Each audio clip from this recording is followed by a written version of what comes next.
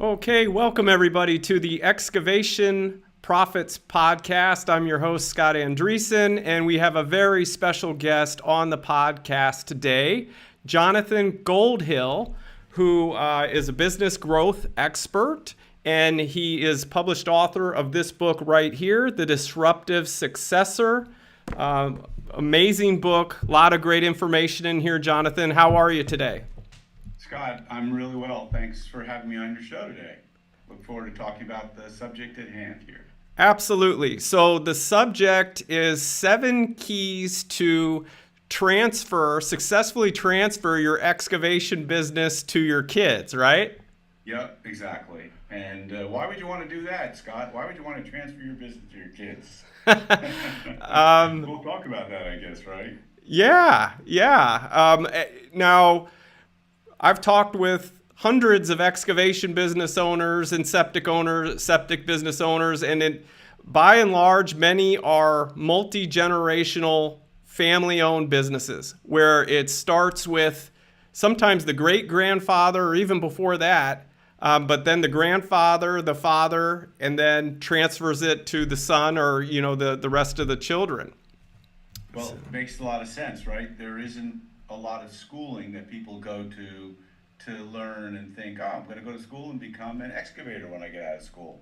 It's a trade that you learn that's passed down from generation to generation, like other trades, like for instance plumbing.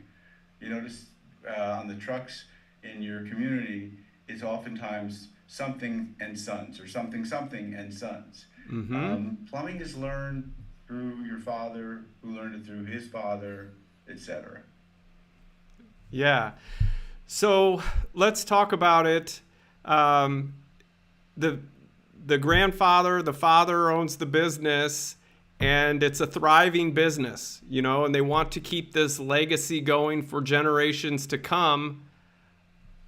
What are their next steps? How do they know they're doing the right thing? Yeah, well, first, they're doing the right thing if they're making a profit and they're putting food on the table and they're taking, they got a roof over their head, and maybe if they're successful, they got a second roof and a second home and a second, a family that they're really involving in the business. But like once you've got the keys to running a successful excavation business, then you have to look at what is the succession plan here. What is the intention? Are you going to try and sell this? It's probably an easier business to transfer to your children if they're interested, if they show some aptitude. And then the first step is to start the succession planning process well in advance and like several years before you intend to retire, or step back from the business. And this can allow ample time to address any issues and make necessary adjustments. Interesting. Okay, so planning several years in advance. That makes Yeah, sense. yeah. Um, an already successful business, I think, is a takeaway that you wouldn't want to transfer a failing business to the kids. Um, and so, okay, they start several years in advance. The business Right, is profitable. It's doing well. right. What are some of these? Like, what's the next step? So let's talk about how you involve, or how an owner involves their child or children in the business, right? It's done gradually. It starts by putting them in operations. They want to gain, and you want them to gain some hands on experience in the various aspects of the business. You'll want them out in the field so they understand what field work looks like. You'll want them in the office so they'll understand the operations of sales, marketing. You'll have to teach them some financial skills. If you don't have them, you'll have to get them or have them get them. Or maybe they went to school and maybe you send them to a class to learn things like accounting and finances. And they can also go to school, or when I say could be courses, um, Dale Carnegie, for instance, teaches great courses on leadership and management. They're not expensive. They've Mm-hmm. been around for decades. This helps them to understand the business deeply from the inside and then develop the necessary skills that may be lacking in the business if the business has yet to become what I call professionalized. And professionalizing a business means having it run more like a corporation or a company. Hmm. So it's got some structure, it's got job descriptions, people know what they're responsible for. Maybe there are key measures that are being tracked on a regular basis. And there might even, at the point of some sophistication, have some regular meetings to talk about how to make the business better, how to improve it, how to grow it. So Okay. that, yeah, I mean, so those are some basic steps, and I'll just layer in that you want to provide some formal training and education. So you want to encourage your children to pursue any relevant education and training beyond what I've just described. So that would mean maybe formal education in business management, maybe specific training related to the excavating industry, maybe mentoring or sending them to industry workshops, industry seminars. Got it. And so when you talk about structure,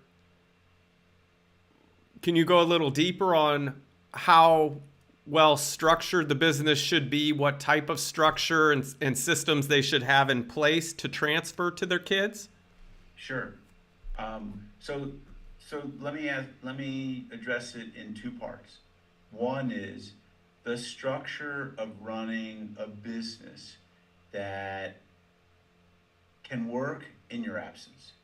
And to do that, you need some kind of a playbook, whether it's a business operating system, a popular one is the entrepreneurial operating system. And this is a, a playbook for having meetings, tracking measures, identifying priorities, identifying to-do list items, and making sure that you're moving on all fronts. This is also a place to document what is your core values, your vision for the 3, 5, 10-year vision for the business, um, your why, which is an all together popular topic these days, which is what is your why and getting people involved in your why.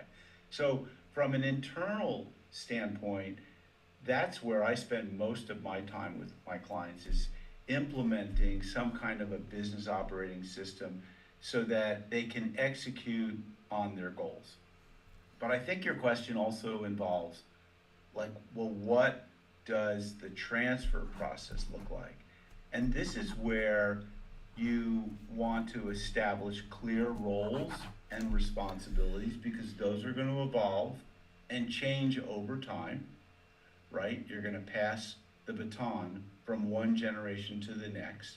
There should be some kind of a timeline so that this is what I expect you to be able to do by when, and then by this next date, and then by the following date. And then you might have in there some contingency plans for unforeseen circumstances. You Mm-hmm. know, things happen, right? Death, disability, divorces, all these things need to be thought through because the other day I was on a phone call with someone who was talking about a client who had a pretty good business and he had inherited it from his father when his father passed. And suddenly, when his father passed, he didn't know that his father died what is called intestate, meaning there was no will or trust in place. And suddenly he found that he was in business with his father's, it was either then wife or girlfriend. And through a series of bad decision making, from what I understand, she bankrupted the company. Hmm. So that's not a good contingency plan. That is a poor or lack of a contingency plan. So here's where you really want to consult with legal and financial advisors to ensure that you have some kind of a plan, that it's sound, it's legally compliant, it protects your children, and, you know, here's to make some difficult decisions, Scott. Are you going to just transfer the business and let them inherit it? Well, if it's a smaller excavation business and you don't have a lot of other assets, then you'll fall under the lifetime gift tax exemption. But if it's a larger business, or if you believe that, no, my child shouldn't just inherit this, they should earn it, they should buy into it, then you'll have to structure some kind of a buyout arrangement. And that might look like an earnout, or it might look like, them getting a loan and paying it in cash or some combination thereof. And you'll need to do a formal asset or basically business appraisal so that a fair market value price can be set on it and the transfer can be, again, legally and financially sound and compliant and clean. So, Got long it. answer to your question, because there's both an inside internal process and there's what I'm referring to as an external process. Yeah. What are some pitfalls to avoid Yeah. in transferring to your kids? Yeah, so some of the challenges that I've observed is, well, not all kids are alike, right, in your family. And so the question is who's going to be the leader? Who's going to be the CEO of this company? And so one of the pitfalls is, I think, making people co-CEOs or not clarifying who has the absolute ultimate like decision making authority. Um, and so sometimes it works well. Sometimes your kids, they get along really well. They're they complement their skills, and they don't make decisions that ever um, steps on the other siblings' decision making. And so you have to know your children really well and know what's going to work best with these kids. But oftentimes I find that there's one leader that emerges. You need to make that clear, and you need to communicate it, and you need to address any concerns, misunderstandings, conflicts, um, and do this well in advance of the transfer actually taking place. Because I've seen it. You've probably seen it. Matter of fact, there was a guest on my podcast that was a I would say a victim. He went through it personally. He has a large $100 million a year general construction business, and he is oftentimes in competition because he competes mostly on municipal and public works projects. He is in competition very often with his brothers, his cousins, other family members. It's a 100-year-old business, and there's four competing businesses in this area. It's north of San Francisco, and they're all competing on the public works projects, and their company names sound very familiar. And this is because there's divisions in families. Brothers, let's say, start a business, they're older, now they've got their children, the children are cousins of each other. Maybe they don't all get along or all like each other. There's a tendency to split off. So, how you manage your family and how you manage your business are going to be integrally intertwined. And this is a challenge, right? So these are some of the pitfalls that most recently I had a client who built the business, he and his brother and their father, and they have other siblings and some step siblings in the business. And there was a difference of opinion about how to, what direction to take the business in or how much to grow the business. And there was some infighting between the two brothers. And it resulted in one brother basically winning out. and convincing the other brother to leave, and they would buy him out. Um, I think oftentimes how the parent manages the relationship amongst their children is the dynamic that defines how the business is going to be transferred. Yeah. You know, thinking about this, you mentioned leadership, and there's a lot of excavation and septic business owners in this situation where they're looking to transfer to their kids. And I can see how the quarrels would come about if there's, multiple siblings of, I'm in charge, no, I'm in charge. It almost seems like it would make sense for them to get a mediator, a person in the middle like you, to help them kind of diffuse the situation in that way. Um, and so if it comes up a question on leadership of who's going to run the company, do do you see that sometimes the business owners are going to you and maybe you're using personality tests or something to help facilitate that of this person, looks to be based on tests the right choice, or how does that work? Yeah, I think there is a case to be made for using assessments, and I don't we don't like to call them tests, or because personalities aren't fixed, right? Um, right? You could be a genius marketer and decide that now you're going to pursue operations in the business, and the assessment's not going to tell me one way or the other. I think that an experienced business person that's highly emotionally intelligent, has business intelligence. I like to think of myself as having both, but that we can have a series of conversations that get pretty in depth, that allow us to not only assess their current capability, but their potential, and identify areas that they might need to improve, i.e., sales, i.e., selling, marketing, operations, financial knowledge, um, communication, emotional intelligence, or whatever uh, is needed. But I think that the experience of an outside individual who's subjective, who can really look at these individuals and assess their capacity for leadership. And I think that there are maybe some leadership assessments, or better, maybe leadership questions that a coach like myself can bring to the table to flush out, maybe is the right word, whether or not this person has the leadership skills and potential and the aptitude to learn. Mm-hmm.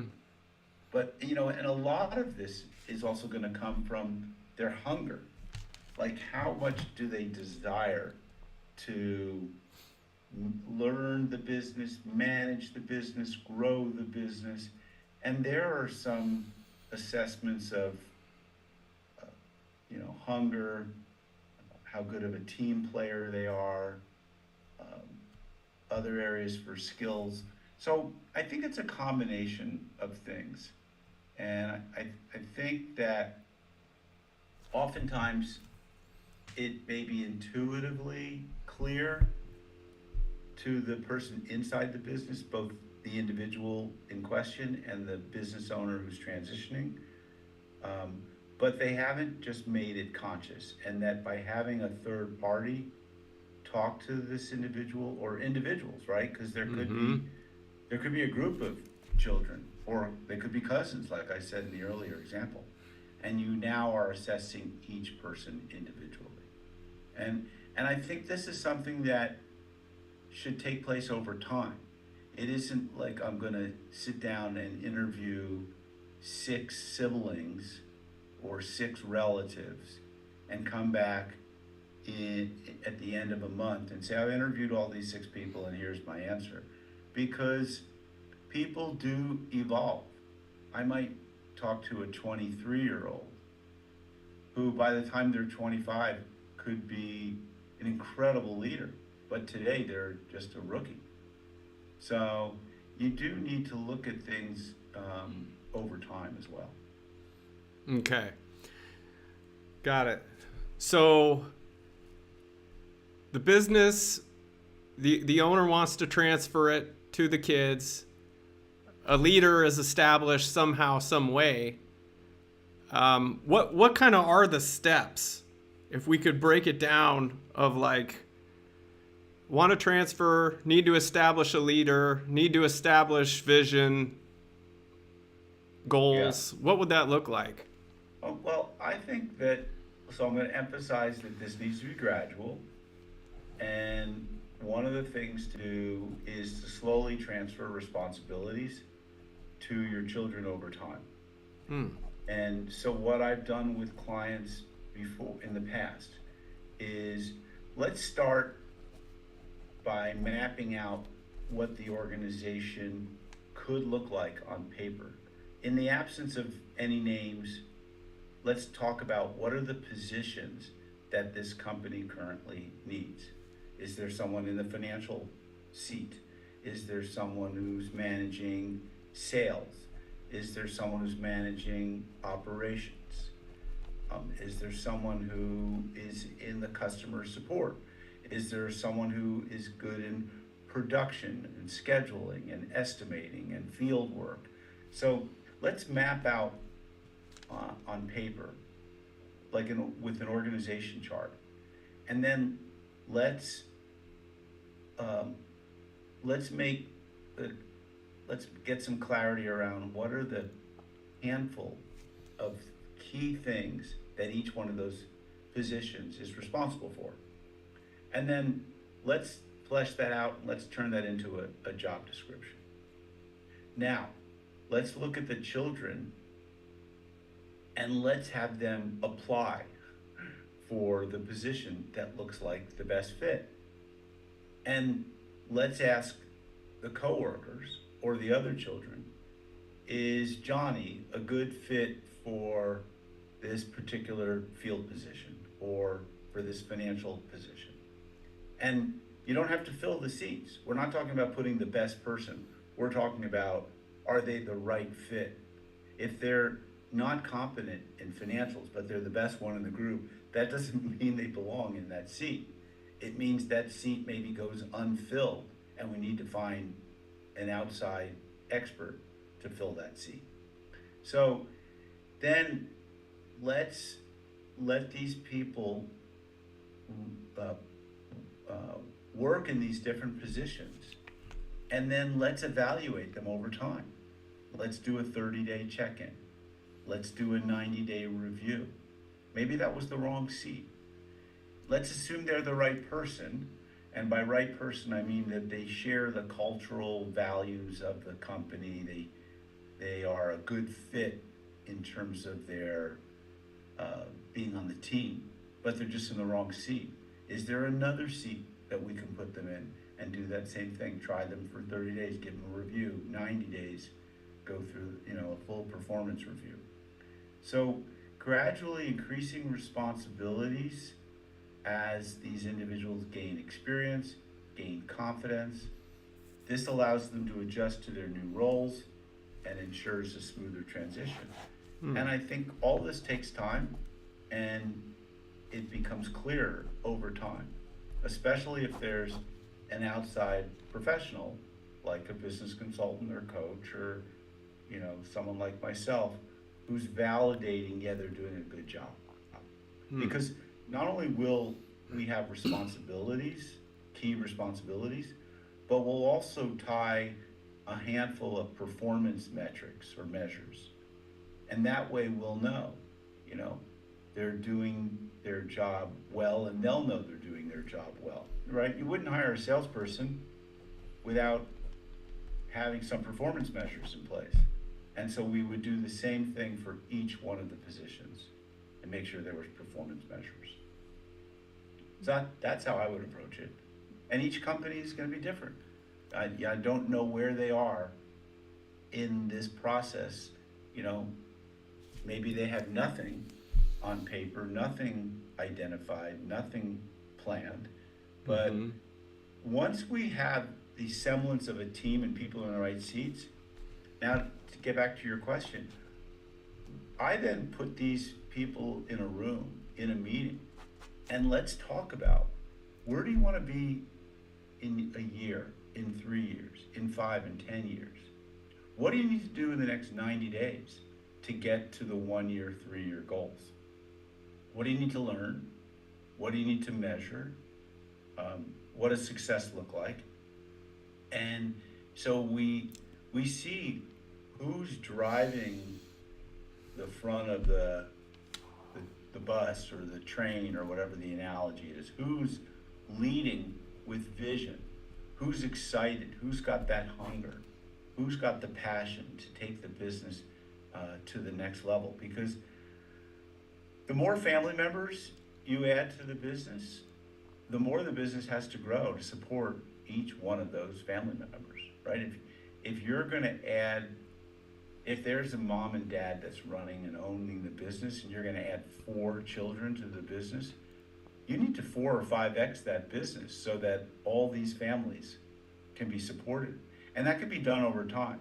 Because I'm assuming that these 4 children don't have spouses and children of their own, where which is when the burden of a lot of expenses come in, in our lives. But eventually, they'll probably have families, and those families will need to be supported. And so you're going to need to grow the business. And this is the process you'll have to go through to turn it over, succeed, and grow. Wow. So you help them break down various positions within the company, sales, finance, and so on, field work, all that, everything. And then there's KPIs within each position. And Yeah. and then it's the siblings or family members are working the different positions, and based on those KPIs, either you're seeing progress in the right direction or not. And if so it's not just a 1 month thing, you didn't hit the KPIs, you're out. It's more let's see gradually over what, 3 months, 63, okay, 3 months, 6 months. if we're Yeah, seeing a yeah. progress in the right direction. And if you're not, do you see like a lot of rotation within positions and family members trying to fill different seats? Look, I think that that's going to depend upon the versatility of the children. I mean, ideally, wouldn't it be great if your kids were so versatile that they could, if they were, look, let's look at it like it's baseball. Wouldn't it be great if they could bat and field left-handed and right-handed? Wouldn't that make them pretty versatile? Wouldn't it be great if they could play third base and first base? What Yeah. about pitch and being the outfield? I mean, like, but typically what I find is that there's a child who gravitate towards being in the field. They're just they don't have the book smarts or the interest to learn things like computers and finances and accounting, and they don't want to be in an office. They dread the idea of having a roof over their head and being shackled to a desk, and be on Zoom meetings or things like that. They're good technically, and so they need to shine in the field. And they might not even be interested in having KPIs, but we'll have to figure out, like, so what's a good KPI? I don't know. Maybe safety. Looking at safety first, right? Excavation is a business that could be prone to people getting injured, right? Yeah. And so the ability of them to implement a safety program and have it be worked and have no safety incidents, that might be the KPI. And that's not a 1 month measurement. That's a longer term measurement. And then, you might have someone who's seems to be what we all like to call a natural born leader. They tend to be one who's organizing people and exciting them and motivating them. And so that person might emerge to be more of the CEO type position. So you have to know your children, and but wouldn't it be great if you could just, if they could move seamlessly, inside, outside, marketing and sales, operations and fulfillment. Um, that'd be great, right? Because then you could go away and you know, I don't need to worry if someone needs to jump on the excavator. You know, Joe, he's good at that. He'll take care of it. Hmm. Who who would be a good fit for transferring their business to their kids or family members? Um, so I would say that anyone who's reached an age, and age is relative, right? But reached an age where their vitality is maybe not as strong, or their ambition is not as great as it used to be, um, where maybe physically they've been doing a lot of laboring and they just can't physically do that kind of work, getting up and in and out of an excavator. Um, Someone who is having difficulty finding people to come work for their company because the labor market is short, or because you're having issues with trusting other people, but you do trust your children.